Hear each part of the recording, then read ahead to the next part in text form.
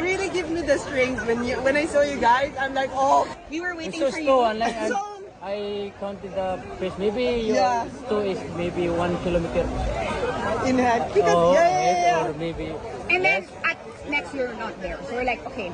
In my mind, I'm gonna cheer her. Like she'll Yeah. probably need that last Oh, like push. I 'Cause it's- needed it so bad. Please That drop was like your raffle 2K? stand at Last the 2K or finishing Yeah, line. I think five. Last 5K when I saw you guys. Good job!